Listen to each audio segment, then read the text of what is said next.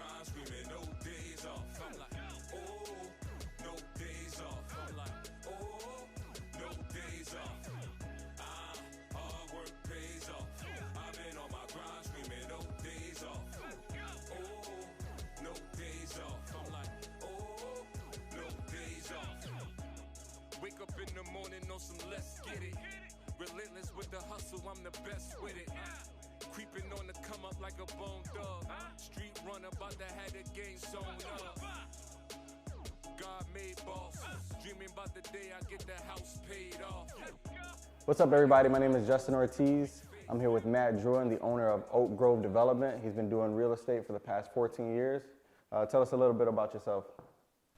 So I started back in real estate in 2006 by accident. I was newly graduated college back in 2006, and I was looking for a job. I graduated from SUNY Geneseo, and there really wasn't any jobs available for people that just had liberal arts degrees from SUNY schools. And so I got my first job as a bank teller at Chase Bank, part-time, and I only survived 2 months before I was like gonna lose my mind. So I was complaining to my dad, and he was like, well, you know what, if you want to get your real estate license, you can work under me.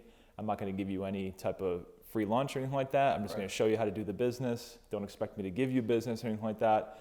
So that's kind of how I started in real estate brokerage as a residential realtor. And then a few months later, I had earned some commission checks and saved some money.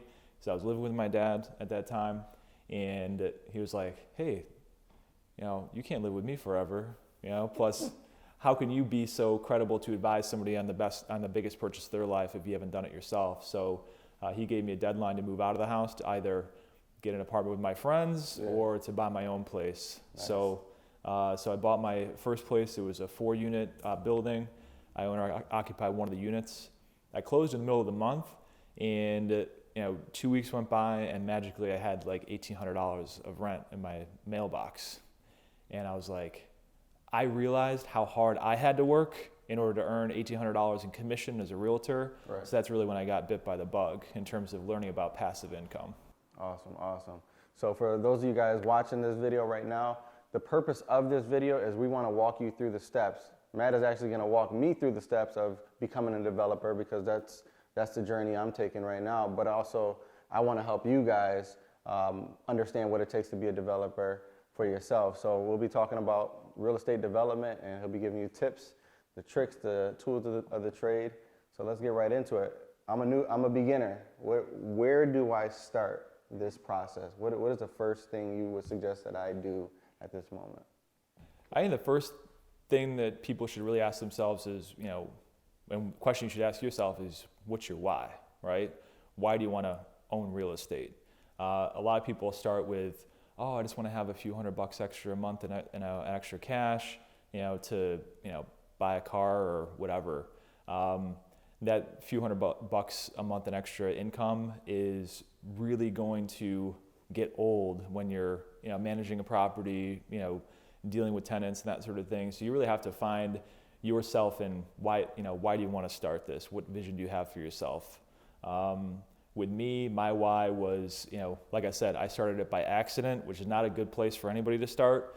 But, what really added fuel to my fire is that I saw my parents pass away in my 20s. And I saw, two hardworking American people doing everything the right way. They both, loved myself and my brother dearly, and they were always, fighting about money. That's actually what led them to split up, right? And they split up. I had a bunch of different weird step parents and stuff like that. Had a lot of tumultuous times in my childhood and that sort of thing that were associated, like the sole nucleus of the whole thing was money, Right. And so then they passed away, and I was like, and I saw what they basically when I was dealing with the estate attorneys as a kid, they really didn't have much left over. And these were people that, my mother was 50 years old, my father I think was 56 years old. And I was like, how could this happen? Right. So I just decided that I'm not going to participate in this system. So that's kind of where my why started was, I want to become financially independent because I don't want to go through what my parents went through. Definitely. I definitely think that's part of my why. I want to be able to create some generational wealth within my family. I know that a lot of people, especially from my community, don't really have the opportunity or the know-how of how to get into the door of real estate. And so I kind of want to break those chains from my family and pass it on to my kids and teach them while they're young how to be a developer, how to own their own properties. But it is a tough thing to do. But you're right, definitely having a why is important. In my position right now as a business owner, I run my video marketing company, I run my after-school program, and then I'm veering off into the development field. Where, obviously the first thing I always hear is like, well, you need to make sure your credit is right. What does that need to look like to be able to get my first property? So as an owner-occupant, which is where most people start with their investment property, they'll buy like a 2-family or a 3-family, live in one of the units, rent out the other ones. That is a really great place to start because you can have a lower credit score than when you'd be buying a straight-up investment property. You can have a credit score of around 640. Is a good place to start talking to banks. One thing that people don't understand is that they look at their credit score and they'll be like, oh, I'll never be able to get there. If you talk to the right people and study the right program, and a lot of this information is out there for free, you can very quickly get your credit score up to where you need to be bankable. And that's kind of one of the things you want to first start on. Also, you want to look internally and being like, my dad used to tell me, if you can't manage $5, you can't manage $5 million. And that really hit home with me. And it's like, oh, okay, all right, well, and I used to be really, really bad with money. Anytime I had money in my pocket, it was burning a hole in it. So that's the one thing too, because essentially when you're buying a property, you're buying a business, right? And if you don't run that business right, then you're gonna have a short career in real estate, and that's my biggest thing in terms of advice with that. Gotcha. Income is another thing. So you want to have your credit situated, but when the banks are looking at my income, what are they looking for in regard? So how do they determine what they're willing to lend based on what I make? Mm-hmm. So the bank is going to look at you personally and also the collateral, which is the property you're going to be buying. So from an income standpoint, banks want to see full-time gainful employment. It's really difficult to be self-employed to get real estate financing. Me, myself, I was self-employed as a realtor. I had to go around to 10, 15, 20 different banks until I found one that was going to lend to me. And I got a subprime loan for my first property. I was paying 8.8% interest. It was an adjustable rate mortgage with like a top cap of like 16% interest. But I just was determined to do that because essentially I didn't want to get kicked out of my house and live in an apartment with my friends. So they'll also look at the income on the property too. So if your income is lower where you wouldn't be able to necessarily buy a single family house, a bank will say, all right, well, this other unit is paying $700, $800 a month in rent. They'll take that and offset some of the income requirements that you need to purchase that property. So that's another great reason to start in owner-occupying multifamily property. Gotcha. You mentioned a subprime loan. Not everybody would know what a subprime loan is. You want to just talk to me a little bit about what that is and what it means? Subprime loans were back in, started in they've always been around, but they really, really gained a lot of steam in the real estate bubble that we know that resulted in the financial crash of 2008. Essentially, they were predatory loans, and and they were really demonized. But I have to say they helped me. I wouldn't have been able to buy my first property if it wasn't for that. But they went with people that didn't have any income, had no credit or bad credit, and they would lend people loans to people looking to buy property because the bank saw, all properties are appreciating. Yeah. If we have to take this property back, it's going to be worth more than what we lent on. So we have a substantial amount of collateral base to make the loan. So that's kind of the background in subprime loans. Gotcha. Now, when you're looking at your credit, and this is for new people, like if you're looking at your credit, looking at your income, maybe you don't meet the requirements. Some natural thought to me would be, well, can I partner with somebody? Can I go in on one property with another individual who may have a better credit score, and we can combine with each other? What does that look like, and what are the possibilities there? I would say be very careful with partnering with people, and especially being very careful with partnering with people for the wrong reasons too. I think that for your first deal, partnering with somebody is not necessarily the best idea. But if it's the only way you can actually manage to do your first deal, then consider it. But we want to make sure that you're doing it with the right person, and also for the right reasons. Do you have a relationship with this person? Do you have a good relationship with this person? Or are you basically just using them, to ride on their coattails to purchase your first property? I've never seen that end up in a positive way. Gotcha. And there's tons of programs out there to really get your credit in decent shape in short order. That you can do it on your own, and also own 100% of the equity in the property too. So I'm looking to purchase a house. I'm actually looking to purchase my grandmother's house. There's things that I have to do in order to, even get qualified. One, we have to go and take a look and see the value of the house, see what needs to be fixed up. Talk to me about that process and what my eyes should be open to when thinking about purchasing this property. Yeah, absolutely. So first thing you want to do is you want to look at what properties of comparable location and condition are selling in your neighborhood. Okay. The last thing you want to do is overpay for a property and be upside down right from day one. Number one rule in the book is to buy right. So you can do that by doing that research. There's realtors that are more than happy to help, that wouldn't charge you anything, like myself, that, hey, Matt, I'm looking to buy this property. What do you think it's worth? And so it's very easy for me to pull up my tools and software, pull it up, run an analysis on there, and say, hey, I think you need to buy, purchase it between X and Y price in order to, be protected on the front end. Gotcha. When you say upside down, can you break down that meaning to newer people?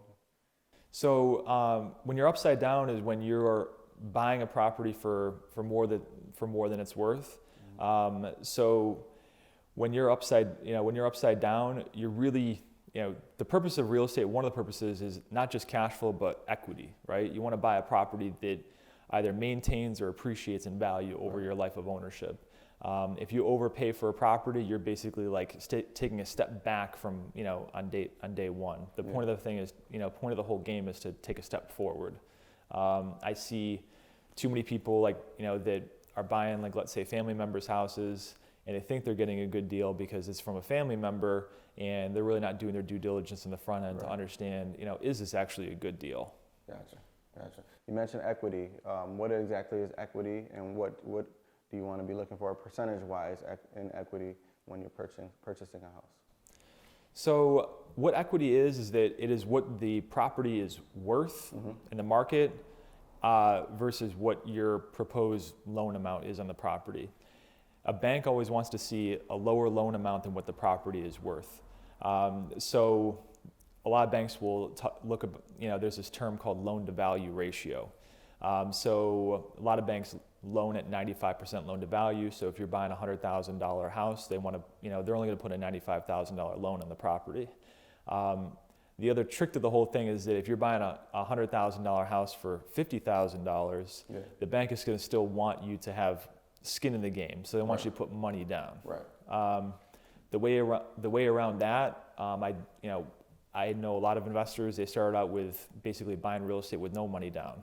So if you can find a property that's worth less than what you can buy it less than what it's actually worth at a substantial discount, then you can use some certain strategies to purchase that property on short-term financing and be able to what's called refinance that property after you buy it. Right. So the bank will see, all right, this person owns the property, it's worth X, we're putting a loan on it for this amount.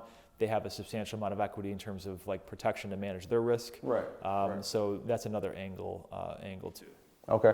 So if the property value is $100,000, and let's say the mortgage or the loan that I took out would be $90,000.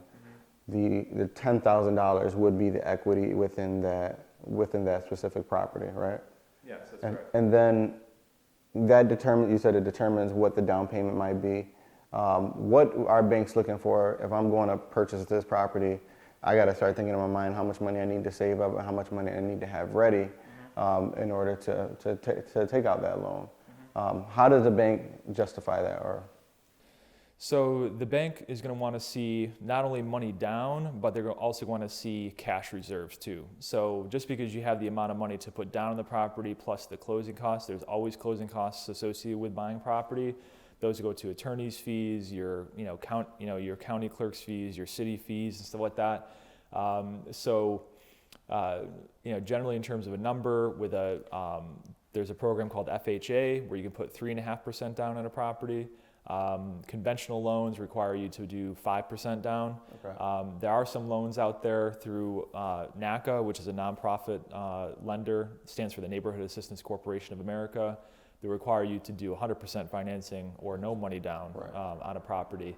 But those programs run by nonprofits, they're not necessarily efficient in operation. So a lot of people that I've referred to that program end up being like, I can't deal with this anymore. Right. So they end up going with the conventional route.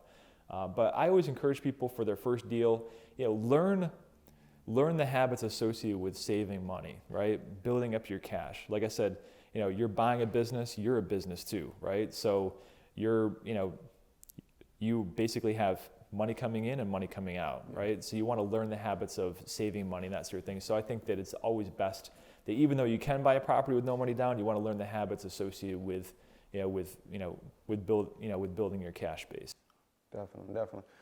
Purchasing a property or just being in the development game it's a mindset first, because I know a lot of people they're going into it, but they're fearful, they're scared. They're like, man, I'm going to take on all these properties. Am I going to be able to handle it? That's natural, that's normal. But once you get a couple of buildings, couple of properties, in the bag, how does it feel at that point as far as fear-wise, as far as risk-wise? What does that feel like to you? It feels like I can do this. Yeah. So we talk about in our workshops the law of the first deal. Everybody has all this apprehension associated with buying their first property. I don't want to lose money. I don't want to lose the house to the bank. What is it like to deal with tenants? All of this stuff. People place these like mental hurdles and roadblocks in front of themselves. It creates a lot of limiting beliefs.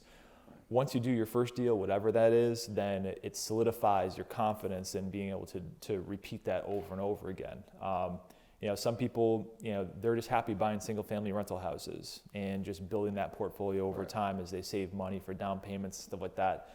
Other people, like myself, I bought a 4-family, and then after that, I was like, I want to own hundreds of units. Right. How do I do that? Right.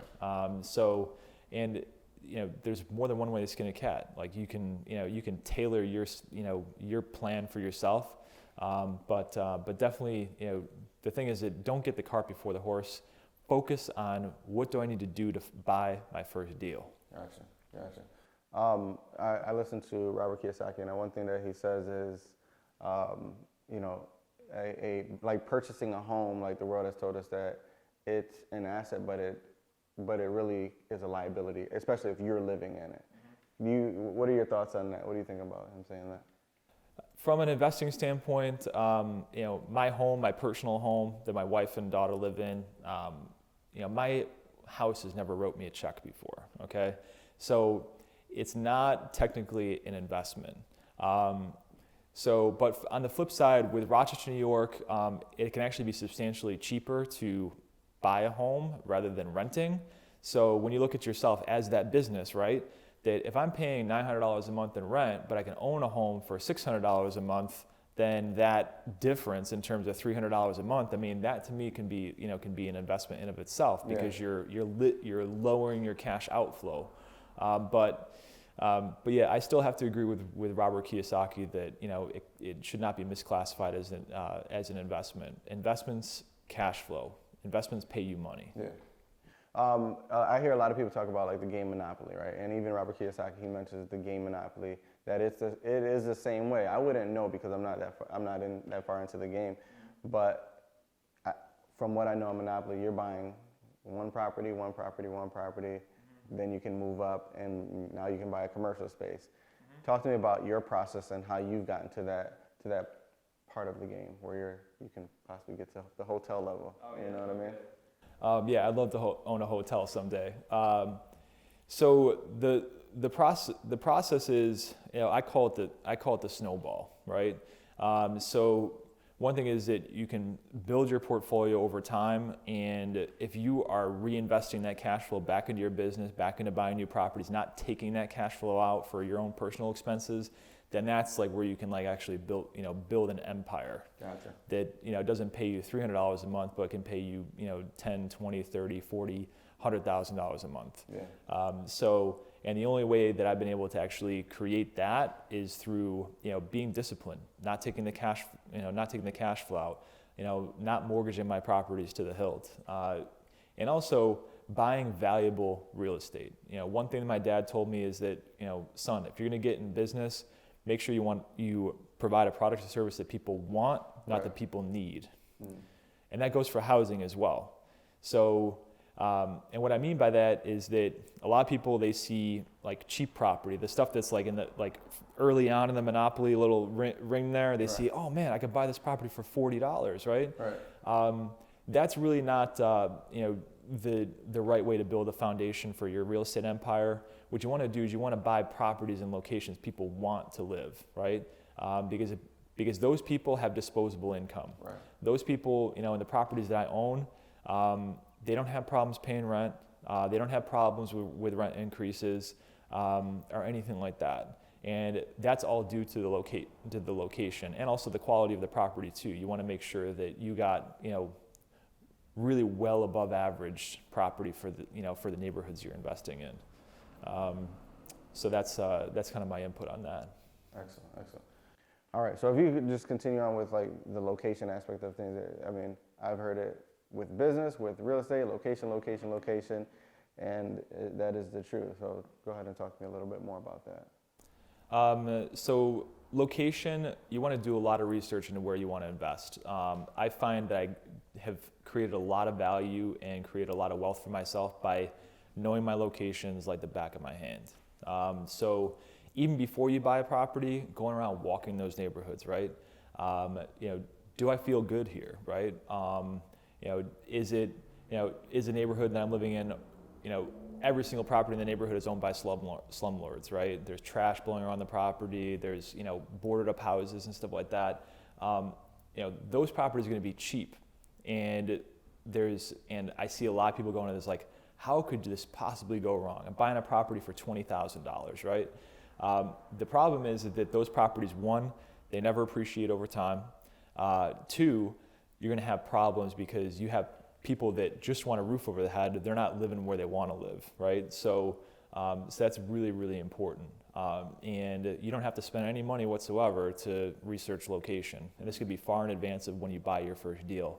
And there's more, there's plenty of locations around, in your city that are worthy of your investment dollars. So that's one thing I would say to not fall in that trap. But what if I'm somebody who I look at the hood and look at the inner city urban areas, and I'm like, man, if I can start buying properties and just making sure that I take care of them myself, make sure that they're good, I can potentially change neighborhoods, over time.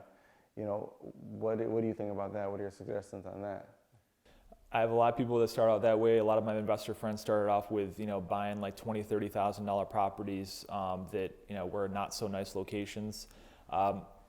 They look back at it, they're like, I'm glad I had that experience, but I would have done everything differently.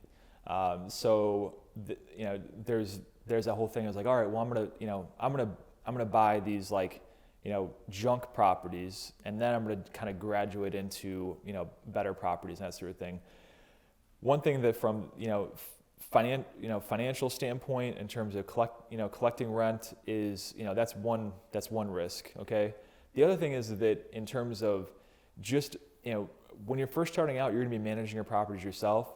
You want it to be as passive as possible. The properties that I've bought that are in locations that I regretted buying in, they're always management intensive. I'm always getting phone calls about stuff and drama, right? And the problem is that wears you down over time. It kind of saps your mojo, and burns you out. So that's one thing that I'd say. And the thing is that, you know, there's neighborhoods, let's say in the city of Rochester, that, you know, they're good working class neighborhoods. You know, you got people that there's a lot of owner-occupant houses in there. When you walk around, you see nicely maintained, you know, yards and that sort of thing. Yeah. You feel good about walking around in the neighborhood and that sort of thing. You know, it's close to employment centers and that sort of thing. So I think that, you know, there's definitely, you know, you may have to, you know, save a little bit more, but when we're talking about the difference between a down payment on a $20,000 house versus versus a $60,000, $70,000, $80,000 house, we're talking about a few grand here. We're not talking about substantial more money, especially if you're planning on owner occupying that property. So, so that's just my advice on location. So right now, I mean, you've acquired a bunch of properties. You're now moved on to the commercial space. When you started, did you ever like write out like, all right, one day I want to be able to own commercial space. I want to be able to own this, and kind of have like almost like a dream board for yourself. And if that's the case, why is that important? So a lot of people that are in my space, they write a lot of stuff down. They journal, they write out a plan and that sort of thing. To be honest with you, I don't have a plan right now. It's all up here. It's all in my vision, and I think about it every single day. I visualize where I see myself in 20 to 30 years, and I visualize that in a very vivid way. Right. So I just close my eyes and, you know, and actually think about how that, you know, how that feels, how that smells, how, you know, all of that. And you know, one of the people I look up to, Ray Kroc, founder of the McDonald's as we know it now. He once said, "A man is what he thinks about all day." So everybody has their different style. For me, it's not writing it down. I'm not really a visual person. Right. I'm more of like I grew up as a daydreamer, so I use that to my advantage because I can just go to other places in my own mind. So because I struggled with ADD when I was a kid. So yeah, I mean that's the one thing you want to do, and then reverse engineering what that vision is, right. And then going forward to that is like, what's the next step I need to take, right? Yeah.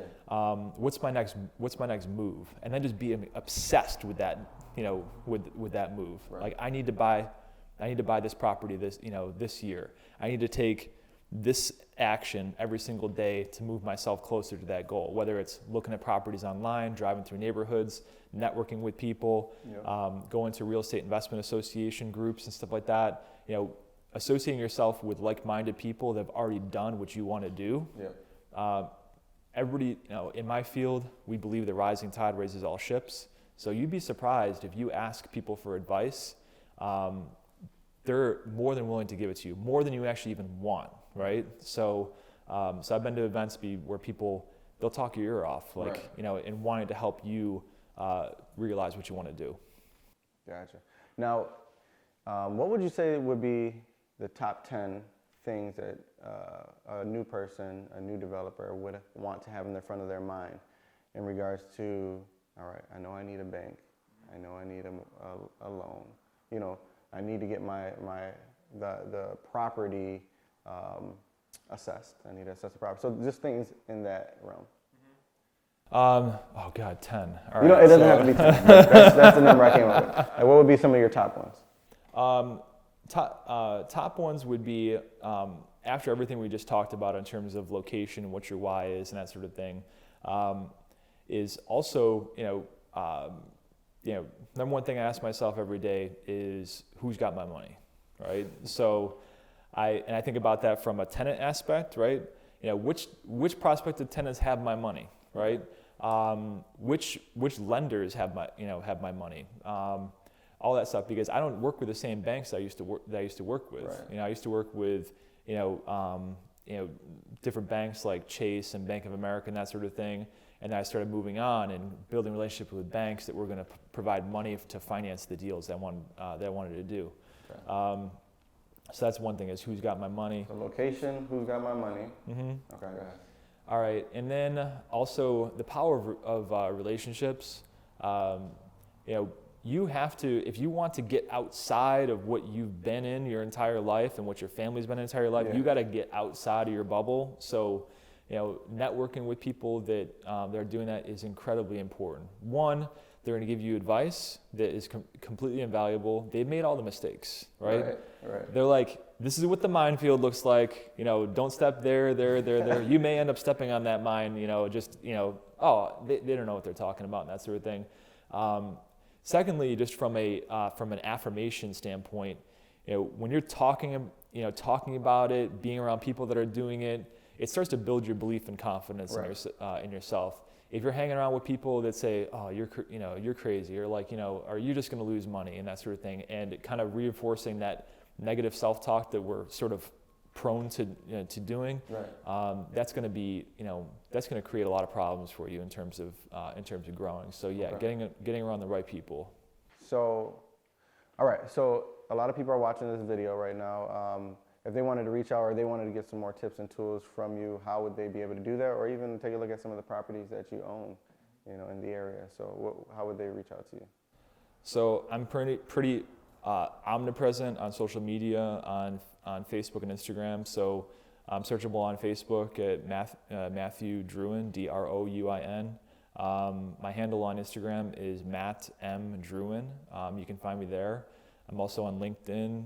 I'm also on YouTube. So one of the things I learned from one of my pseudo mentors, Grant Cardone, is you want to be omnipresent. You want to be everywhere when you're trying to grow a business. So I'm more than happy to help anybody along the road and help them chart their roadmap, because that's my new why, is that I've been able to create financial independence for myself, to be able to do what I want, where I want, with whom I want. So right now I'm trying to give that back to other people so they can do the same thing, and I don't want to have any roadblocks in front of them associated with that. So gotcha. One of my goals is really to, I want to teach young people, 6th to 12th grade. I want them learning how to own property or be in a position as soon as they leave high school, or even while they're in high school, to have ownership of property. So I know my thinking is like, well, I have to become a developer so that I can pass those tools along. So talk about how important it is for the youth to start learning right now, for the rest of their life.